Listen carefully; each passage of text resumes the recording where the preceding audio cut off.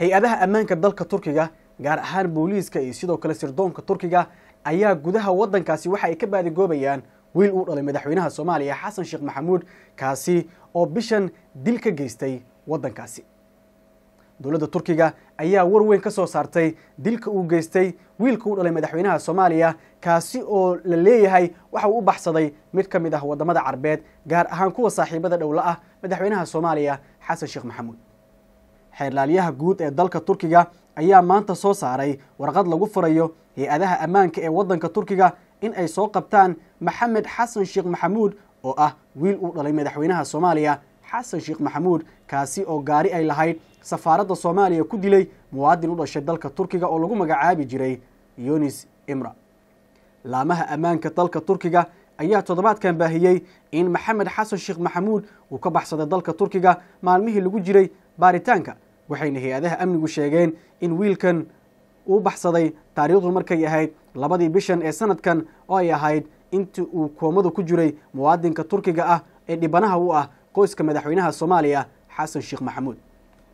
warqadda maanta ka soo baxday xafiiska xeerlaaliyaha guud ee dalka Turkiga ayaa booliiska wadankaasi lagu faray in ay soo xiraan wiilkan waxayna warqadan timid kadib markii uu Maxamed Xasan Sheekh Maxamuud uu ka dhaga adeegay in uu hortago garsoorka dalka Turkiga.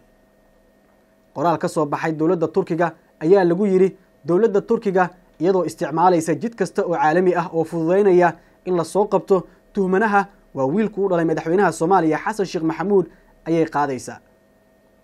dhinaca kale dowladda Soomaaliya ayaa ilaa iyo hadda wax war ah ka soo saarin kana hadlin warkan oo socday maalmihii la soo dhaafay laakiin ay maanta ugu dambeyn ka hadashay dowladda Turkiga oo baadigoobaysa wiilka uu dhalay madaxweynaha Soomaaliya Xasan Sheekh Maxamuud.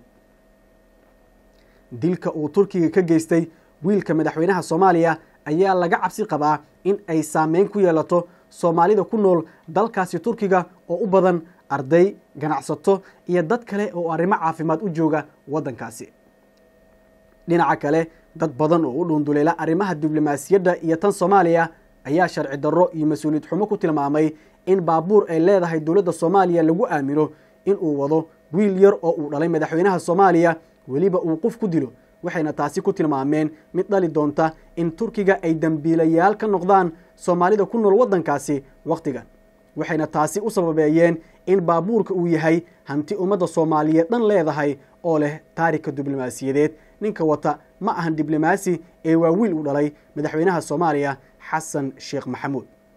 arrintan waxaa aad u hadal haya warbaahinta gudaha dalkaasi Turkiga waxayna warbaahinta Turkiga qoraysaa in wiilkan uu dhalay madaxweynaha Soomaaliya Xasan Sheekh Maxamuud uu u baxsaday mid ka mid ah wadamada Carbeed gaar ahaan kuwa saaxiibada dhow waqtigan la ah madaxweynaha Soomaaliya Xasan Sheekh Maxamuud. haddaba daabade bal ka waran haddii wiilka uu dhalay madaxweynaha Soomaaliya uu dil noocan ah ka geysan lahaa Soomaaliya ma kula tahay in sidan ay u baadigoobi lahaayeen garsoorka dalkeena. Maxamed Bulbul, Muqdisho.